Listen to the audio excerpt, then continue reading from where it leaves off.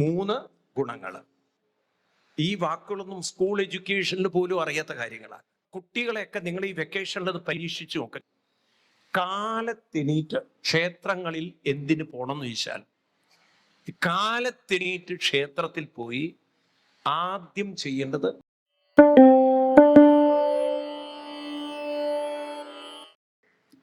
ഭാഗവത സംസ്കൃതി എന്ന് പറയുന്നത് സത്യത്തിൽ നമുക്ക് കിട്ടിയ ഒരു അമൂല്യമായ നിധിയാണ് ഭാരത സംസ്കൃതി. ഇന്ന് നമുക്കറിയാം, സനാതനധർമ്മം എന്ന് പറയുന്ന ഭാരത സംസ്കാരം ഏറെ തെറ്റിദ്ധരിക്കപ്പെട്ടുള്ള ഒരു സംസ്കാരമാണ്. പൊളിറ്റീഷ്യന്മാരുടെ ഇടയിൽ വളരെയധികം ക്രിറ്റിസൈസ് ചെയ്യുന്ന, ചിലപ്പോൾ ഇൻസൾട്ട് ചെയ്യുന്ന, ചിലപ്പോൾ നമ്മളെ വളരെയധികം ഒരു ബാർബേറിയസ് എന്നോ ബാക്ക്വേർഡ് എന്നൊക്കെ പറഞ്ഞ് നമ്മളെ ഡീഗ്രേഡ് ചെയ്യുന്ന ഒരു തരം കമൻസ് ഒക്കെ നമ്മൾ പല രാഷ്ട്രീയ നേതാക്കന്മാരെന്നൊക്കെ കേൾക്കാറുണ്ട്. ഇതൊക്കെ എന്തുകൊണ്ടാണ് സംഭവിക്കുന്നത് ചോദിച്ചു കഴിഞ്ഞാൽ, സനാതനധർമ്മത്തെക്കുറിച്ച് നമുക്ക് തന്നെ ഒരു വ്യക്തത ഇല്ലാത്തതുകൊണ്ടാണ്. കുരുസ്തോത്രത്തിൽ പറയും, അജ്ഞാനതിമിരാന്തസ്യം ജ്ഞാനാഞ്ജനശലാകയാം ചക്ഷുരുന്മീലിതം യേന തസ്മൈ ശ്രീ ഗുരവേ നമഃ. എല്ലാവരുടെ ഉള്ളിലും വലിയ അത്ഭുതകരമായ ട്രഷേഴ്സ്, സമ്പത്ത് നിധികളുണ്ട്. പക്ഷെ അൺഫോർച്ചുനേറ്റ്ലി നമ്മൾ ഉള്ളിലുള്ള നിധി അറിയാതെ നമ്മളങ്ങനെ അന്ധരായി ജീവിക്കുമ്പോഴാണ് നമ്മളെ പലർക്കും ഡീഗ്രേഡ് ചെയ്യാൻ തോന്നുന്നത്.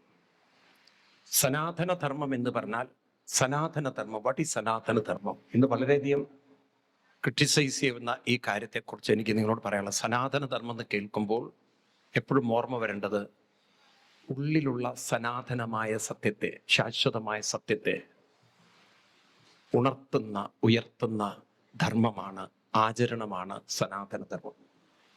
ഓരോരുത്തരിലും നിറഞ്ഞു നിൽക്കുന്ന സനാതനമായ ശക്തി, സത്യമുണ്ട്. ഇവിടെ സനാതനധർമ്മം എന്ന് പറഞ്ഞാൽ എന്തോ അന്ധമായ ഒരു കാര്യമില്ല. ഇതാണ് സ്വാമി വിവേകാനന്ദജിയൊക്കെ പറഞ്ഞ, അവനവരിൽ ഉറങ്ങിക്കിടക്കുന്ന ട്രഷേഴ്സ്, നിധികളെ ഉണർത്തുക. നമ്മളെ ഇന്ന് ഈ കോലത്തിലാക്കിയത്, ദുർബലരാക്കിയത്, അവശ്യരാക്കിയത്, കഴിവുകെട്ടവരാക്കിയത് ഇന്നത്തെ ഗവൺമെന്റുകളാണ്. വാസ്തവത്തിൽ ഏറ്റവും വലിയ ശത്രു മനുഷ്യൻ്റെത് ഗവൺമെന്റാണ്, ഇന്നത്തെ വിദ്യാഭ്യാസമാണ്. അത് നമ്മൾ തിരിച്ചറിഞ്ഞില്ല. സനാതനധർമ്മം മനുഷ്യനെ ഉണർത്തുന്നതാണ്, ഉയർത്തുന്നതാണ്, വികസിപ്പിക്കുന്നതാണ്. എന്താണ് ഈ സനാതനധർമ്മം? ഇന്ന് ആധുനിക സയൻസുമായിട്ടൊക്കെ നമ്മൾ ചേർത്ത് വയ്ക്കുകയാണെങ്കിൽ, ഫിസിക്സുമായിട്ട് ചേർത്ത് വയ്ക്കുകയാണെങ്കിൽ, ഒരുപക്ഷെ സനാതനധർമ്മം എന്ന വാക്ക് ഒരു സയൻസിന്റെ കാഴ്ചപ്പാടിലൂടെ നോക്കുകയാണെങ്കിൽ, ഫിസിക്സിന്റെ കാഴ്ചപ്പാടിലൂടെ നോക്കുകയാണെങ്കിൽ, ഫിസിക്സ് പഠിപ്പിക്കുന്നതും ഈ പ്രപഞ്ചം സനാതനമാണ്, ഇൻഫിനിറ്റ് ആണ്. സനാതനം എന്ന വാക്കിന് അർത്ഥം, സനാതനം എന്ന വാക്കിനർത്ഥം ഒരിക്കലും നാശമില്ലാത്തത്, നശിപ്പിക്കാൻ പറ്റാത്തതെന്നാണ്. അതല്ലേ ഐൻസ്റ്റീനിയൻ ഫിസിക്സ്. സയൻസ് പഠിപ്പിക്കുന്നത് ഇതല്ലേ, neither energy can be created nor it can be destroyed, അല്ലേ? ഊർജത്തെ ഉണ്ടാക്കാനും സാധ്യല്ല, ഊർജം നശിപ്പിക്കാനും സാധ്യല്ല എന്നാണ് സ്കൂളിൽ പഠിക്കുന്നത്, നമ്മൾ ഫിസിക്സ് പഠിപ്പിക്കുന്നത്. ആണോ? എന്താ നിങ്ങൾ മിണ്ടാത്തത്? ആണോ അല്ലയോ? ഇത് തന്നെയല്ലേ സനാതനം? സനാതനം എന്ന് പറഞ്ഞാൽ ഒരിക്കലും നശിക്കാത്തെന്ന് പറഞ്ഞാൽ നശിപ്പിക്കാൻ പറ്റാത്തൊരു കാര്യം. ഇതല്ലേ സയൻസ് ഡെവലപ്പ് ചെയ്യുന്നതിന് മുമ്പ് ഋഷി വിളിച്ചു പറഞ്ഞത്.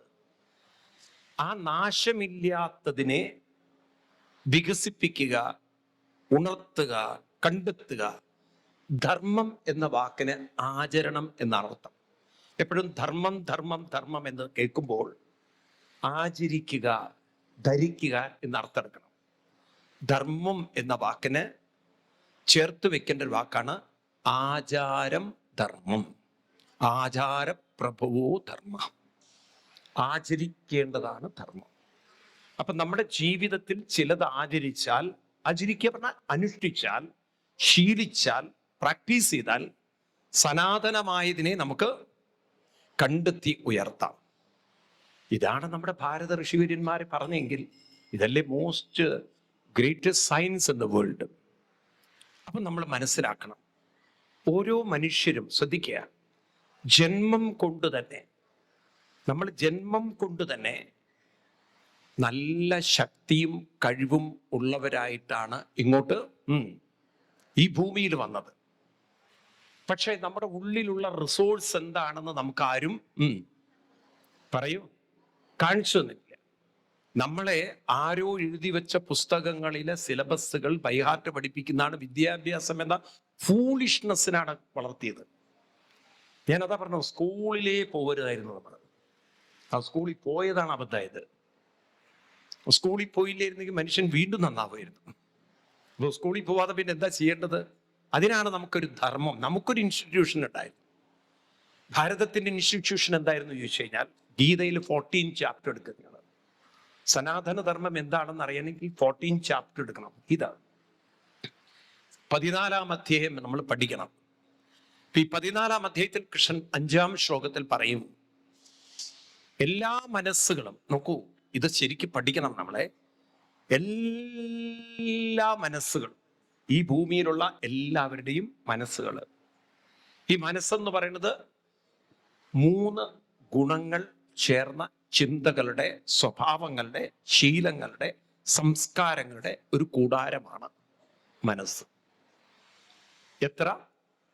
3 ഗുണങ്ങളുടെ, 3 ഗുണങ്ങൾ. ഒരു ആറ്റത്തിൽ ഇലക്ട്രോൺ, ന്യൂട്രോൺ, പ്രോട്ടോൺ, ന്യൂട്രോൺ എന്ന് പറയുന്ന പോലെ മനസ്സിലും 3 ഗുണങ്ങൾ. ഏതൊക്കെയാണ്? 5-ാം ശ്ലോകം എടുത്തു നോക്കൂ നിങ്ങൾ. സത്വം രജതമ ഇതി ഗുണാ പ്രകൃതി സംഭവ നിബന്ധന്തി മഹാബാഹോ ദേഹേ ദേഹിനം അവ്യം. കണ്ടോ? സത്വഗുണം, രജോ ഗുണം, തമോ ഗുണം. ഇനി കൃഷ്ണൻ ഫർദർ ഇതിനെ എക്സ്പ്ലെയിൻ ചെയ്യാണ്. തമോ ഗുണം എന്നാൽ എന്താണ്? നോക്കൂ, നിങ്ങൾ കുട്ടികളെയൊക്കെ വളർത്തുമ്പോൾ ശ്രദ്ധിക്കണം. നാളെ കഴിവുള്ള, കരുത്തുള്ള, കരുണയുള്ള, കരുതലുള്ള ഒരു തലമുറയെ വാർത്തെടുക്കണമെങ്കിൽ സ്കൂൾ വിദ്യാഭ്യാസം കൊണ്ട് സാധ്യമല്ല. സ്കൂൾ വിദ്യാഭ്യാസം കൊണ്ട് എത്തിച്ചത് മനുഷ്യനെ കൊല്ലുന്ന കുട്ടികളില്ലേ, കുത്തിക്കൊല്ലുന്നു, റാഗ് ചെയ്യണ കണ്ടില്ലേ? വിദ്യാഭ്യാസം ഉള്ളവരാന്നാ പറയുന്നത്, വിദ്യാഭ്യാസം ഉള്ളവരാണ്. ഇന്ന് രാവിലെ ഇങ്ങോട്ട് വരുമ്പോൾ കഷ്ടകാലത്തിന് പേപ്പർ എടുത്ത് നോക്കി, രാവിലത്തെ വാർത്ത തന്നെ സ്കൂൾ ടീച്ചർ ആത്മഹത്യ ചെയ്യുന്നതാണ്. പണ്ട് കുട്ടിയായിരുന്നു ആത്മഹത്യ ചെയ്യുന്നത്, ഇപ്പോ ടീച്ചറും കൂടെ ആത്മഹത്യ ചെയ്യുന്ന കാലഘട്ടത്തിലേക്ക് കേരളം വികസിച്ചിരിക്കുകയാണ്. ഇപ്പൊ കേരളം എന്ന് പറഞ്ഞാൽ വളരെയധികം സാക്ഷരതയിൽ മുന്നിൽ നിൽക്കുന്നുണ്ട്. ഇനിയിപ്പോ ആത്മഹത്യയിൽ മുന്നിൽ നിൽക്കാതിരിക്കാൻ പറ്റില്ലല്ലോ. സാക്ഷര കൂടിയപ്പോൾ, സാക്ഷര എന്നുള്ള വാക്ക് തിരിച്ചിട്ട് കഴിഞ്ഞാൽ വരുന്നത് രാക്ഷസ എന്നാണ്. ഇപ്പൊ സാക്ഷരത കൂടിയപ്പോൾ മനുഷ്യരൊക്കെ രാക്ഷസന്മാരായി മാറുന്ന കാഴ്ചയാണ് ഇപ്പൊ കേരളത്തിലാണ്. കുത്തുന്നതും കൊല്ലുന്നതും റാഗ് ചെയ്യുന്നതും ആത്മഹത്യ ചെയ്യുന്നതും ആണോ? പറയൂ നിങ്ങൾ. വിദ്യാഭ്യാസം കൊണ്ടുണ്ടായ കാര്യം ഇപ്പത്. അപ്പൊ ഇവിടെയാണ് നമുക്ക് മനസ്സിലാക്കുന്നത്, ഓരോ മനസ്സിലും തമോ ഗുണവും, പറയൂ, രജോ ഗുണവും സത്വഗുണമുണ്ട്. ഇതിൽ ചിലവരുടെ മനസ്സ് തമോ ഗുണം ഡോമിനേറ്റഡ് ആണ്. തമോ ഗുണം എന്ന് പറഞ്ഞാൽ ഒരു അലസത, മടി, വെറുതെ മൊബൈലിൽ തോണ്ടി സുഖം കണ്ടെത്തുക. കാരണം സുഖമാണല്ലോ മനുഷ്യന് വേണ്ടത്. അപ്പം പ്രത്യേകിച്ച് പണിയൊന്നും എടുക്കാതെ അലസമായി സുഖം കാണുന്ന ഒരു ജീവിതത്തെയാണ് തമോ. അതെല്ലാവരുടെ ഉള്ളിലും ഉണ്ട്. ഈ തമോ ഗുണമാണ് വാസ്തവത്തിൽ ഒരാളുടെ പുരോഗതിക്ക് ഏറ്റവും തടസ്സം സൃഷ്ടിക്കും. ഈ തമോ ഗുണം അധികരിച്ച മനസ്സിനെയാണ് ശൂദ്ര മനസ്സെന്ന് പറഞ്ഞത്. അത് കളിയാക്കാനല്ല, അത് സ്വയം മനസ്സിലാക്കാനാണ്. അതുകൊണ്ടാണ് ഋഷി എഴുതിയത് ജന്മനാജായതേ ശൂദ്ര. എല്ലാവരുടെ ഉള്ളിലും തമോ ഗുണമുള്ളത് കൊണ്ട് എല്ലാവരും ഒരു ശൂദ്രത്വം ഉണ്ട് എന്നാണ്. മനസ്സിലായില്ലേ? തമോ ഗുണം എല്ലാവരിലും ഉണ്ട്. തമോ ഗുണം എന്താ ചെയ്യുന്നത്? തമോ ഗുണം നമ്മുടെ ഉള്ളിലുള്ള ശക്തി, കഴിവ്, ഇതിനെല്ലാം വല്ലാതെ ഇങ്ങോട്ട് മറച്ച് നമ്മളെ ഇങ്ങോട്ട് ഒരു അലസതയിലും മടിയിലും ഒരു വല്ലാത്ത ഒരു ഇൻട്രോവേർട്ടഡ്നെസ് എന്ന് പറയുന്ന അവസ്ഥയിലേക്ക് കൊണ്ടുവന്ന് വെച്ചാൽ ഒന്നിനോട് താല്പര്യമില്ലാതെ വെറുതെ ഇരുന്ന് ടൈം പാസ് ചെയ്യുക, മനസ്സിലാവുണ്ടോ നിങ്ങൾക്ക്? അതായത് ഉള്ള എനർജി വെറുതെ യൂസ്ലെസ് ആക്കി കളയുന്ന അവസ്ഥ. വെറുതെ ഇരിക്കുന്നതിൽ ഒരു സുഖം കാണും. ആണോ ഇല്ലയോ? ഉണ്ടോ ഇല്ലയോ? എല്ലാവരിലും ആ തമോ ഗുണമുണ്ട്. രണ്ടാമത്തതാണ് രജോ ഗുണം. രജസ് എന്ന് പറഞ്ഞാൽ തന്നെ ഭയങ്കര റെസ്റ്റ്ലെസ്നെസ് ആണ്, അജിറ്റേഷൻ ആണ്.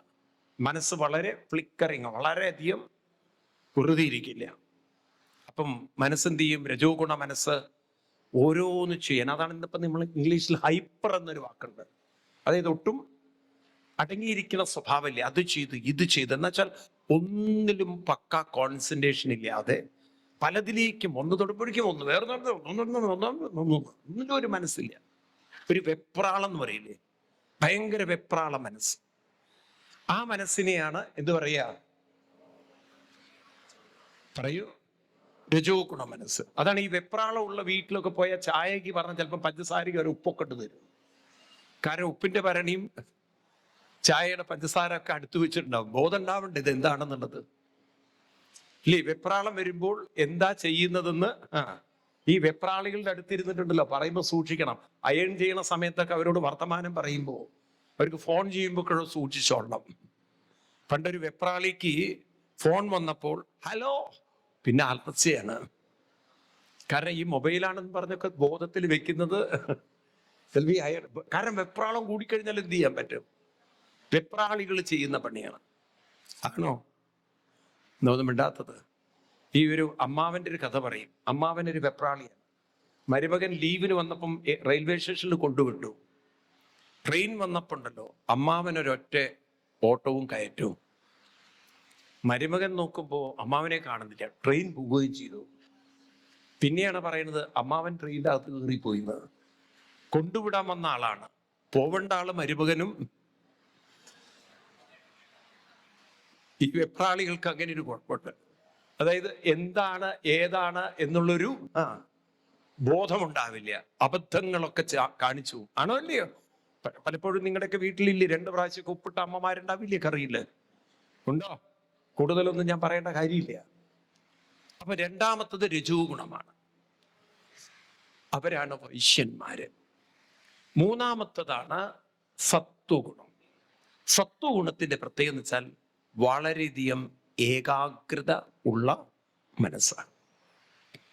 അപ്പൊ ശ്രദ്ധിക്കുക നിങ്ങൾ, എല്ലാ മനുഷ്യ മനസ്സുകൾക്കും ഒരു സത്വഗുണ ക്വാളിറ്റി ഉണ്ട്. എന്തുണ്ട്? നമുക്ക് എന്താ വേണ്ടതെന്ന് ചോദിച്ചു കഴിഞ്ഞാൽ ഋഷി പറയും സത്വഗുണവും വേണം, സമചിത്തതയും വേണം.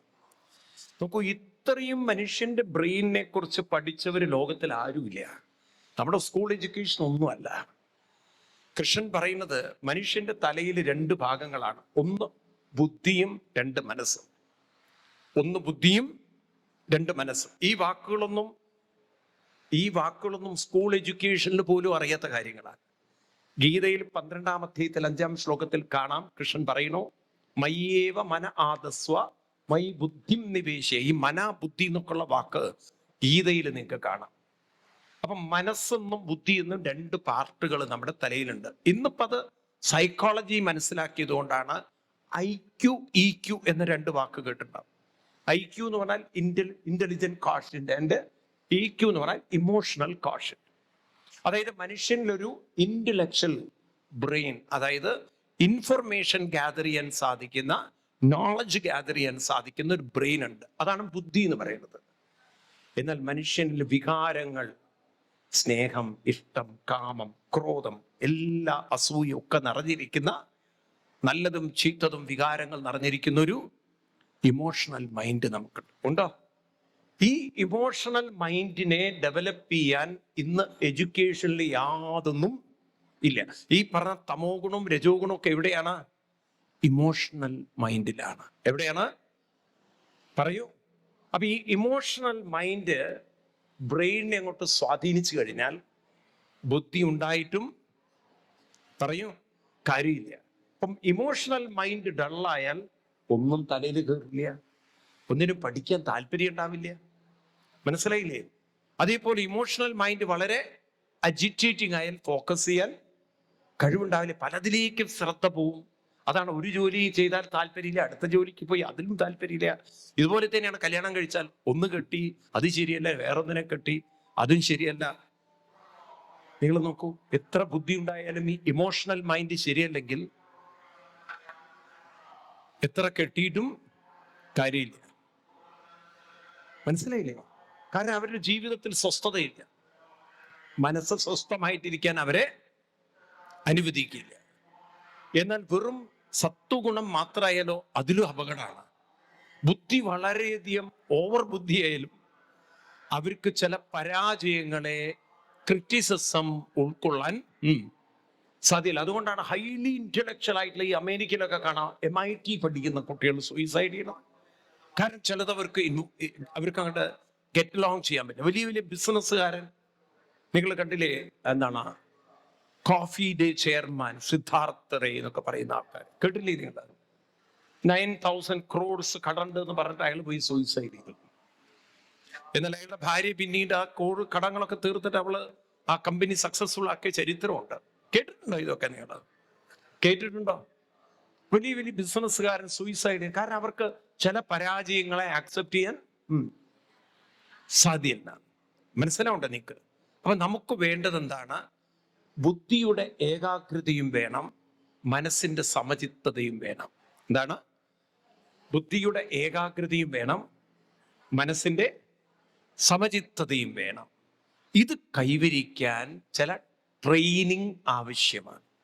ഇപ്പൊ കുട്ടികളെയൊക്കെ നിങ്ങൾ ഈ വെക്കേഷനിൽ അത് പരീക്ഷിച്ചു നോക്കുക. ചെറിയ കൊച്ചു കുട്ടികളെ വേണമെങ്കിൽ ഇത് നിങ്ങൾക്ക് റിസർച്ച് പോലെ ചെയ്യാം. കാലത്തെണീറ്റ് ക്ഷേത്രങ്ങളിൽ എന്തിനു പോകണമെന്ന് ചോദിച്ചാൽ ഈ 8 മണിക്കും 10 മണിക്കും നല്ല അമ്പലത്തിൽ പോകേണ്ടത്. കാലത്തെണീറ്റ് ക്ഷേത്രത്തിൽ പോയി ആദ്യം ചെയ്യേണ്ടത് പ്രദക്ഷിണം ചെയ്യണം അമ്പലത്തിൽ. ഇതെന്തിനാ ചോദിച്ചു കഴിഞ്ഞാൽ തമോ ഗുണത്തെ രജോ ഗുണമാക്കാനാണ്. എനിക്ക് സത്യത്തിൽ ഈ ഭഗവത്ഗീതയോടും ഭാഗവതത്തോടും വലിയൊരു ഇഷ്ടം വരാൻ കാരണം, ഫിസിക്സിന്റെ തിയറി ലോകത്തിൽ ആദ്യമായി അവതരിപ്പിച്ചത് നമ്മുടെ ഭഗവാൻ ശ്രീകൃഷ്ണനും ഈ വ്യാസ ഭഗവാനൊക്കെയാണ്. നിങ്ങൾ നോക്കൂ, ഐൻസ്റ്റീനിയൻ ഫിസിക്സ് പഠിപ്പിക്കുന്നത് you can create energy but you can destroy energy but you can transform energy എന്നാണ്. അതാണല്ലോ ഇപ്പൊ നമ്മൾ സോളാർ എനർജി ഇലക്ട്രിക്കൽ എനർജി ആക്കുന്നത്. ആണോ അല്ലയോ? ഇപ്പൊ നമുക്ക് കൺവേർഷൻ ഓഫ് എനർജി നമുക്കുണ്ട്. ഈ കാര്യം സൈക്കോളജിക്കലി നമ്മൾ പഠിപ്പിച്ച അവതാരമൂർത്തിയാണ് കൃഷ്ണൻ. നിങ്ങൾ 14-ാം അധ്യായത്തിൽ 20-ാം ശ്ലോകം എടുത്ത് നോക്കൂ. പ്രൂഫ് ഉണ്ടല്ലോ. ഞാൻ പറയുന്നതൊന്നും ബ്ലൈൻഡ്ലി എടുക്കണ്ട, എല്ലാറ്റിനും പ്രൂഫ് ഉണ്ട്. ഗീതയിലെ 14-ാം അധ്യായത്തിൽ 20-ാം ശ്ലോകം, അതാണ് ഗീത പഠിക്കണം നമ്മൾ. അപ്പോഴേ നമുക്ക് കൃഷ്ണനെ വേറെ ലെവലിൽ നിങ്ങൾ കാണണം. അല്ലെങ്കിൽ ഈ തൊഴുതുപോലെ തന്നെ, പൊട്ടത്തൊഴുതുപോലെ, അതിലപ്പുറം വളരില്ല നമ്മൾ. നിങ്ങൾ ആരെ തൊഴുന്നു പോലും നിങ്ങൾക്ക് മനസ്സിലാവില്ല. ആ ഭഗവാന്റെ ഒരു മഹത്വം നിങ്ങൾക്ക് മനസ്സിലാവില്ല. ആ ഭഗവാന്റെ ഒരു ഗ്രേറ്റ്നെസ് നിങ്ങൾക്ക് മനസ്സിലാവട്ടെ. നിങ്ങൾ ഗീത എന്ന് വായിച്ചിട്ട് അമ്പലത്തിൽ പോയി നോക്കും, നിങ്ങളുടെ പെർസെപ്ഷനേ മാറും. നിങ്ങൾ കൃഷ്ണനെ ഒരു വിഗ്രഹത്തിലല്ല കാണുക. പിന്നെ മനസ്സിലായില്ലേ? ഭഗവാനെ നിങ്ങൾ വേറെ ചില ഭാവങ്ങളിലൊക്കെ നിങ്ങൾക്ക് കാണാൻ തുടങ്ങും. മനസ്സിലാവുണ്ടോ? ഇത് നമുക്ക് പ്രൂവ് ചെയ്യണം. 14-ാം അധ്യായത്തിൽ 20-ാം ശ്ലോകത്തിൽ പറയുന്നു, ഗുണാൻ ഏതാൻ അതീത്യാണ്. ഗുണങ്ങളെ അതീത്യ മീൻസ് അതിവർത്തിയ. അതിവർത്തിയ എന്നൊക്കെ പറഞ്ഞാൽ ട്രാൻസ്ഫോം ചെയ്യുക. അപ്പൊ നോക്കൂ, ആരും ഇവിടെ ശൂദ്രനല്ല, ആരും ഇവിടെ വൈശ്യനല്ല, ആരും ഇവിടെ ഒരു ക്ഷത്രിയനും അല്ല, ആരെയും ബ്രാഹ്മണനാക്കി നിർത്താനും അല്ല ഇവിടെ വന്നത്. നമ്മളെ ബ്രഹ്മസായുജ്യത്തിലേക്ക് എത്താൻ, ബ്രഹ്മത്തിലേക്ക് എത്തിക്കാൻ അതിനുള്ള വഴികളാണിതൊക്കെ. ആണോ? പൂന്താനം അവസാനം എഴുതിയത് എന്താണ്? ബ്രാഹ്മണനാവുന്നാണോ? അവസാനത്തെ വരി പൂന്താനത്തിന്റെ ജ്ഞാനപ്പാന ഓർക്കുന്നുണ്ടോ? ആരെങ്കിലും കേട്ടിട്ടുണ്ടോ? കർമ്മങ്ങളൊക്കെ ഒടുങ്ങിക്കഴിഞ്ഞാൽ ഈ ജീവനും കൊതിക്കുന്നു, ബ്രഹ്മത്തെ കണ്ട് ജീവനും കുതിക്കുന്നു. ബ്രഹ്മസായുജ്യം കൈവരും അപ്പോഴേന്ന്. എന്തുവരും? അപ്പൊ നമ്മളെ ബ്രാഹ്മണനാക്കാനാണോ ശ്രമിക്കുന്നത്? ആരിലേക്ക് എത്തിക്കാനാണ്? ബ്രഹ്മത്തിലേക്ക്, പൂർണ്ണതയിലേക്ക്. പൂർണ്ണമിതം പൂർണ്ണാത് പൂർണ്ണമുദശ്യതേ പൂർണ്ണസ്യ പൂർണ്ണമാദായ. സനാതനധർമ്മം മനുഷ്യനെ പൂർണ്ണതയിലേക്ക് വികസിപ്പിക്കുന്ന സംസ്കാരമാണ്, ആചരണമാണ്. ഇത് വേണോ വേണ്ടയോ? ഇപ്പൊ രാഷ്ട്രീയക്കാരൻ എന്ത് വിവരമുണ്ട്? അനാവശ്യമായിട്ട് പൊട്ടത്തരം പറയുന്നു എന്നല്ലാതെ. നമുക്ക് വിവരമില്ലാത്തതുകൊണ്ട് അവർ വിവരക്കേട് വിളിച്ചു പറയുന്നു, ഇത്രയുള്ളൂ. മനസ്സിലാവുണ്ടോ നിങ്ങൾക്ക്? മനസ്സിലാവുണ്ടോ? അതുകൊണ്ട് നമ്മൾ ഇതിനെക്കുറിച്ച് പഠിക്കണം. അപ്പൊ രാവിലെ അമ്പലത്തിൽ പോകുന്ന എന്തിനാണ്? തമോ ഗുണത്തെ രജോ ഗുണമാക്കാം. മനസ്സിലാവുണ്ടോ? കാരണം യു കാൺ ഡിസ്ട്രോയ് എനർജി. നിങ്ങൾക്ക് നശിപ്പിക്കാൻ സാധ്യല്ല. അതുകൊണ്ടാണ് ശരിക്കും കുട്ടികളെ ചീത്ത പറഞ്ഞിട്ട് യാതൊരു കാര്യമില്ല. ശരിക്കും അച്ഛനമ്മമാര് കുട്ടികളെ വഴിതെറ്റിച്ചതാണ്. രാവിലെ ട്യൂഷൻ അല്ല പറഞ്ഞയക്കേണ്ടത്. കാരണം ഡള്ളായിരിക്കുന്ന ഒരു കുട്ടിയുടെ മൈൻഡിൽ എത്ര നിങ്ങൾ ട്യൂഷന് പറഞ്ഞയച്ചിട്ടും കാരണം കുട്ടിയുടെ ഉള്ളിൽ ഡോമിനേറ്റ് ചെയ്യുന്ന ഡൾനെസ് ആണ്, തമോ ഗുണമാണ്. തമോ ഗുണത്തെ എന്ത് ചെയ്യണം? സത്വഗുണത്തിലേക്ക് ഉയർത്തിയാലേ ബ്രെയിനിന്റെ റിസപ്റ്റീവ്നെസ്, ബ്രെയിനിന്റെ ഷാർപ്പ്നെസ്. നോക്കൂ, ഇരുമ്പ് നല്ല ഇരുമ്പ് കൊണ്ട് കത്തി ഉണ്ടാക്കി, അതിന്റെ മൂർച്ച മുഴുവൻ പോയിട്ട് എന്ത് വെട്ടിയിട്ട് എന്താ കാര്യമുള്ളത്? അതിനെന്ത് ചെയ്യണം? വല്ല കരിങ്കല്ലിട്ടിട്ട് മൂർച്ച കൂട്ടണം, അല്ലെങ്കിൽ നല്ല അരം വാങ്ങിച്ചിട്ട് അതിനെ മൂർച്ച കൂട്ടണം, അല്ലെങ്കിൽ കൊല്ലന്റെ അടുത്ത് കൊടുത്ത് അടിച്ച് ശരിയാക്കി പാകപ്പെടുത്തി തരണം. വേണ്ടേ? പണ്ട് കാലത്തൊക്കെ കൊല്ലന്മാരെടുത്ത് കൊടുക്കാറില്ലേ കത്തികളൊക്കെ? ഉണ്ടോ ഇല്ലയോ? എന്തിനാ കൊടുക്കാറ്? മൂർച്ച കൂട്ടാനാണ്. അപ്പൊ ആ ഇരുമ്പിന് മൂർച്ച കൂടാനുള്ള ഒരു കഴിവ് എന്താ? ഈ കൊല്ലൻ അതിന് മുന്നിൽ മൂർച്ച കൂട് എടണം മൂർച്ച കൂട്ടാനല്ലേ പറഞ്ഞത്? ഇന്നിപ്പോ നിങ്ങൾ അതാ ചെയ്യുന്നത്. മക്കളെ തല്ലിയിട്ട് ചീത്ത നന്നാക്കാൻ നോക്കുകയാണ്. ഇതിനെ തല്ലല്ല വേണ്ടത്, ഇതിനെ ഉപദേശിക്കല്ല വേണ്ടത്. കൊല്ലൻ എന്താ ചെയ്യണത്? തീയിലേക്കിട്ട് അടിച്ച് പാകപ്പെടുത്തിയതിനെ ആണോ? എന്താപ്പം മനസ്സിലായത്? മക്കളെ തീയിലേക്കിട്ട് പാകപ്പെടുത്തിയിരുന്നതാണോ? പൊട്ടത്തരം മനസ്സിലാക്കരുത്. അപ്പൊ അതിനു വേണ്ടി അവരെ മൂർച്ച കൂട്ടുവാനാണ് ക്ഷേത്രത്തിൽ പോയി പ്രദക്ഷിണം വയ്ക്കുന്നത്. അവരറിയാതെ തമോ ഗുണം രജോ ഗുണം. എന്തൊരു ട്രാൻസ്ഫോർമേഷനാണ്! വെൻ മോഷൻ കംസ്, ന്യൂട്ടന്റെ സെക്കൻഡ് ലോ ഓഫ് മോഷൻ, ഒരു സ്റ്റാറ്റിക് പോലെ നിൽക്കുന്ന എനർജി അതിന് ഡൈനാമിക് ആവണമെങ്കിൽ അതിന്റെ പിന്നിലൊരു ഫോഴ്സ് വേണം. ഫോഴ്സ് കൊണ്ട് മാത്രമേ എനർജിയെ നമുക്ക് ട്രാൻസ്ഫോം ചെയ്യാൻ പറ്റും, കൺവേർട്ട് ചെയ്യാൻ സാധിക്കും. വെള്ളം നോക്കൂ, നിങ്ങൾ തടഞ്ഞു നിർത്തി അതിനെ സ്റ്റാറ്റിക് ആക്കി നിർത്തി, പിന്നെ അതിനെ ടണൽ വഴി കൊണ്ടുവന്ന് വലിയ ടെർബുലേറ്ററിൽ കറക്കി അതിനെ ജനറേറ്ററിലേക്ക് കൊടുത്ത് അങ്ങനെയാണല്ലോ ഇപ്പൊ ഇലക്ട്രിസിറ്റി ഉണ്ടാക്കുന്നത്. ആണോ? ഇതുപോലെ പ്രദക്ഷിണം ചെയ്യല് ഒരു ഫോഴ്സാണ്. Second law of motion of Newton. ഇതൊക്കെ പ്രാക്ടിക്കലി കാണിച്ചു തന്ന ഒരു സംസ്കാരമാണ് ഹിന്ദുവിൻ്റെത്. അപ്പൊ അങ്ങനെ അമ്പലത്തിൽ പോയി പ്രദക്ഷിണം വെക്കുമ്പോൾ തമോ ഗുണം ക്രമേണ എന്തായി മാറി? അമ്പലത്തിൽ നേരെ ക്യൂ നിന്ന് നടയിൽ പോയി തൊഴുതു പോകലല്ല. അതുകൊണ്ട് ഒരു കാര്യമില്ല. അമ്പലം അതിനല്ല വെച്ചത്. അമ്പലം വെച്ചിരിക്കുന്നത് തമോ ഗുണത്തെ രജോ ഗുണമാക്കാനും. ഇനി എന്ത് വേണം? ജപം കൊണ്ടുവേണം ഓങ്കാരമന്ത്രങ്ങൾ. ഓം എന്നൊക്കെ നീട്ടിച്ചൊല്ലണം. ഒരു ദിവസവും ഒരു 10 പ്രാവശ്യം ഓം നീട്ടിച്ചൊല്ലിയാൽ മൈൻഡ് ക്രമേണ കോൺസെൻട്രേറ്റഡ് ആവും. മൈൻഡിന്റെ പവർ കൂട്ടാനുള്ള, മൂർച്ച കൂട്ടാനുള്ള മന്ത്രമാണ് ഇത്, ഓങ്കാരമന്ത്രം. കൃഷ്ണൻ പറയും, വേദ്യം പവിത്രമോങ്കാരം ഋക്സാമയചുരേവച. ഭഗവത്ഗീതയില് 9-ാമത് അധ്യായത്തിൽ 17-ാമത് ശ്ലോകം. അവിടെ പറയും എന്ത് വേണം? ഓങ്കാരത്തെ ചൊല്ലണമെന്ന്. ഒരു അമ്പലത്തിലൊക്കെ പോയാൽ കുറച്ചു നേരം ഇരുന്ന് പ്രദക്ഷിണമൊക്കെ കഴിഞ്ഞാൽ എന്ത് ചെയ്യണം? ഓം. അപ്പൊ എന്തായി? ഈ മനസ്സിന്റെ സിംഗിൾ പോയിന്റ്നെസ് ഡെവലപ്പ് ചെയ്യാൻ തുടങ്ങും. ഇനി അതല്ലെങ്കിൽ ഏതെങ്കിലും ഒരു ശ്ലോകം കിട്ടിയോ? വേദ്യം പവിത്രമോങ്കാരം ഋക്സാമ യജുരേവച. കണ്ടോ? ആരെങ്കിലും കിട്ടിയോ? അപ്പൊ ഇങ്ങനെ ഭഗവാൻ ഓങ്കാരമന്ത്രം ചൊല്ലാൻ പറയുകയാണ്. ഓങ്കാരമന്ത്രം മനസ്സിലാവുണ്ട് നിങ്ങൾക്ക്? ഇതൊക്കെ ശീലിച്ചു കഴിഞ്ഞാൽ ബ്രെയിനിന് ക്രമേണ ബ്രെയിൻ എന്തുണ്ടാവും? മാറ്റമുണ്ടാവും. ബ്രെയിൻ ഷാർപ്പാവും, ബ്രെയിൻ പവർഫുൾ ആവും. വെറുതെ പറഞ്ഞതല്ല, ഈ മന്ത്രങ്ങളൊക്കെ ശീലിക്കണം. മനസ്സിലാവുണ്ടല്ലോ?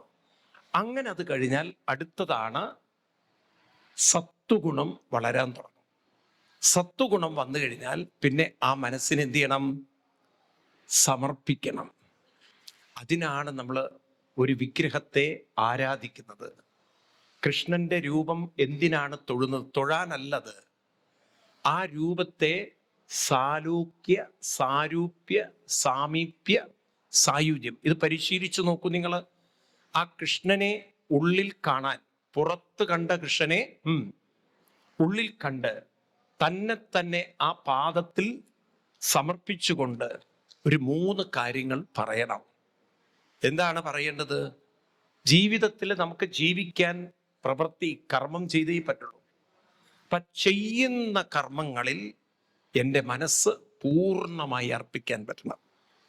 അതിനെ പറയും ആത്മാർത്ഥത എന്ന് പറയും. എന്താ പറയുക? എത്ര ആത്മാർത്ഥതയിൽ ഒരാൾ, ഇൻവോൾവ്മെന്റിൽ ഒരാൾ ഒരു കാര്യം ചെയ്യുന്നുണ്ടോ, ആ കർമ്മത്തിന്റെ ക്വാളിറ്റി അവർക്ക് പറയൂ കൂടും. എത്ര ആത്മാർത്ഥതയിൽ ഒരാൾ പണി ചെയ്യുന്നുണ്ടോ, അവരെ ലോകത്തിനെന്നും ആവശ്യമാണ്. ആണോ അല്ലയോ? ആണോ? അങ്ങനെയല്ലേ ഭരണാധികാരികളൊക്കെ വീണ്ടും തെരഞ്ഞെടുക്കുന്നത്, അല്ലേ? ആത്മാർത്ഥത കൂടുമ്പം. അല്ലെങ്കിൽ പിന്നെ കിറ്റ് കൊടുക്കണം, എന്നാ പിന്നെ തെരഞ്ഞെടുക്കും. കാരണം കേരളക്കാർക്ക് ആവറേജ് ഒരു കിറ്റ് കിട്ടിയാൽ എല്ലാം തീർന്നു എന്നുള്ളതാണ്. അപ്പൊ 2-1 വേണം. ഈ രീതിയിൽ ആത്മാർത്ഥത ഉണ്ടോ, ജീവിതത്തിൽ രക്ഷപ്പെടാൻ സാധിക്കും.